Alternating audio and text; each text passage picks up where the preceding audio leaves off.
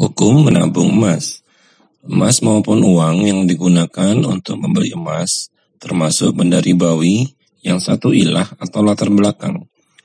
Karena keduanya merupakan alat tukar atau istilahnya mutlaq samaniyah. Dari Ubadah bin Samit radhiyallahu an, Nabi SAW bersabda, jika emas dibarter dengan emas, perak dengan perak, gandum halus dengan gandum halus, gandum syair dengan gandum syair, kurma dengan kurma, garam dengan garam, maka takarannya harus sama dan harus tunai. Jika benda yang dipertukarkan berbeda, maka takarannya boleh sesuka hati kalian, asalkan tunai.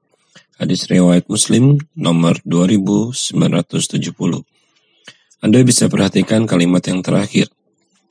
Jika benda yang dipertukarkan berbeda, maka takarannya boleh sesuka hati kalian, asalkan tunai. Ketika kita beli emas, berarti terjadi pertukaran uang dengan emas. Dan ini dua benda ribawi yang berbeda, namun satu kelompok. Dan dalam hadis di atas, Nabi SAW mensyaratkan harus dilakukan secara tunai. Dalam keputusan Majma' al-Fiqh al-Islami dinyatakan, terkait hukum mata uang kartal, mata uang ini termasuk alat tukar yang sah, memiliki karakter alat tukar yang sempurna. Mata uang ini berlaku hukum sebagaimana yang berlaku pada emas, perak, seperti aturan benda ribawi, aturan zakat, salam, dan semua aturan lainnya. Jika pertukaran dengan emas ini dilakukan secara tidak tunai, maka melanggar larangan riba nasyah. Bagaimana menabung emas di Pegadaian? Dari skema yang dia sampaikan di atas, ada dua tahapan yang terjadi. Yang pertama, akad jual beli emas. Akad jual beli emas diperbolehkan selama dilakukan secara tunai. Karena itu, jika Pegadaiannya hanya menyediakan emas batangan ukuran 5 gram, maka nasabah yang ingin membeli emas harus menyediakan uang yang cukup untuk menebus emas 5 gram itu. Artinya, emas 5 gram ini harus dibeli secara tunai.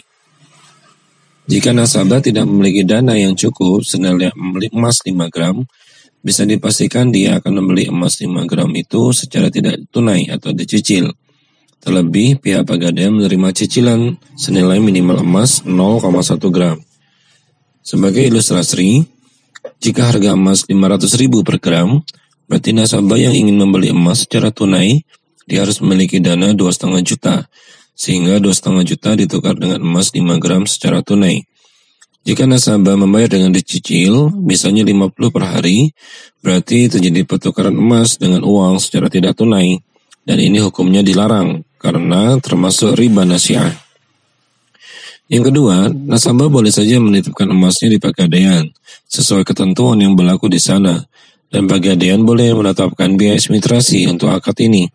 Pegadaian berhak mendapatkan upah atau ujroh karena telah menyediakan jasa penitipan.